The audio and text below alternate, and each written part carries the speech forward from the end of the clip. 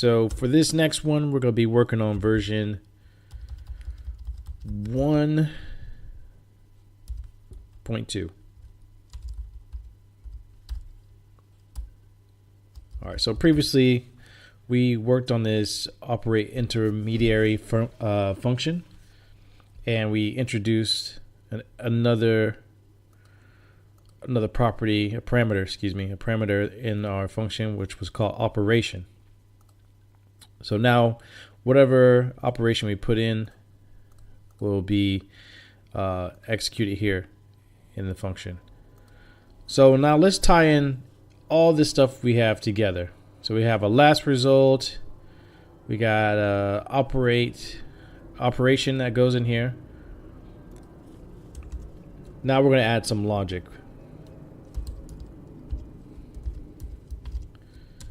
Because personally, I'm getting tired of writing last result, and now we're going to put it in there to make it work. Okay, so we're going to take a argument, which is operation, and we're going to keep our arg1 and arg2.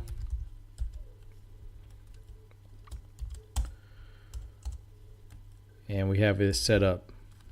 All right, in this function, we want to add the last result, right? So if there's an argument, just one argument, we want to be able to take the previous last result and run the operation on it. Hopefully I worded that correctly. So let's try an if statement. So if there is an arg2, if we have it, we're going to set last result equals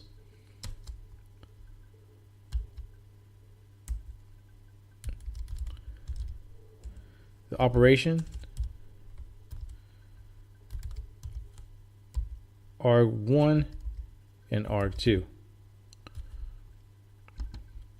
All right, so if there's an arg1 and an arg2, or more specifically just an arg2, it's going to run this right here.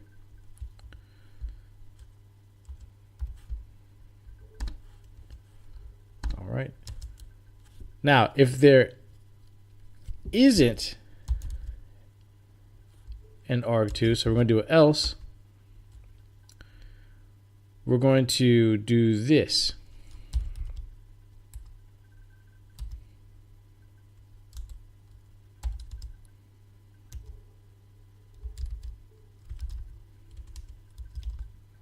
We're going to substitute arg2 with the last result.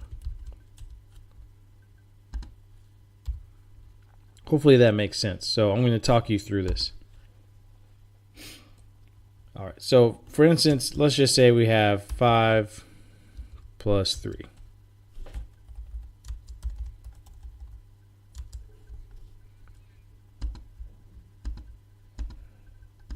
Well, let's more specifically add 5 plus 3. So what's going to happen is the operation is going to be executed here, and last result will be set to 8. Now, let's just say we run this function again.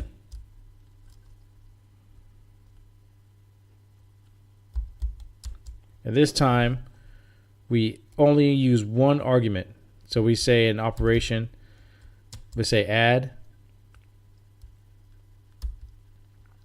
We'll add 5 again. And no second argument. So there's no argument 2.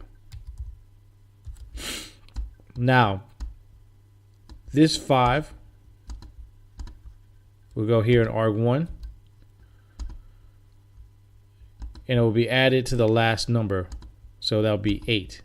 So this should fire off 5 plus 8.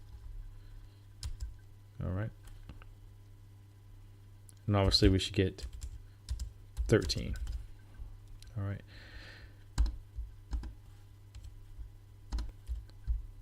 So let's make this a little bit prettier. We'll save it. So I have it moved here to the side so this function looks a lot better. So let's just call this function and see what happens. So on the console log, well, actually I'm going to run operate.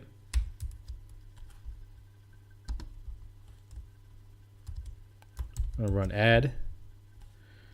I'm going to put argument 5. Argument 1 is 5 and argument 2 is 3. All right. And now I'm going to do the same thing here.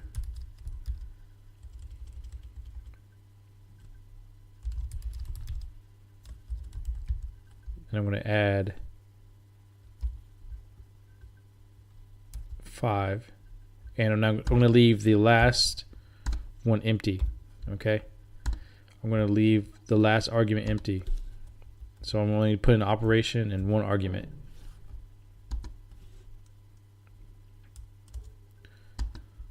So like I said, hopefully this will come out as 8. And this will come out as 13. And what I'm going to do is I'm going to console log both of these so you can see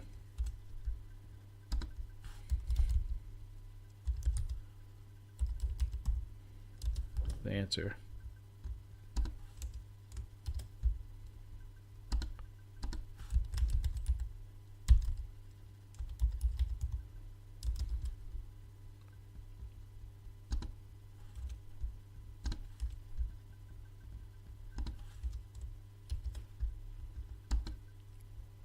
All right.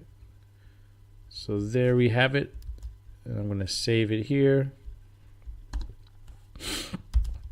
Node, and I'm going to put the file in calc.js and run it. All right, so we get undefined. So I put in a mistake here. Oh, of course. Make sure you hit return or else it won't work. So now it returns this.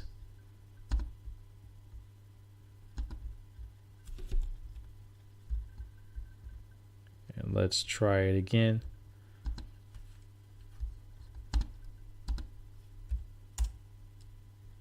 Bam. 8 and 13.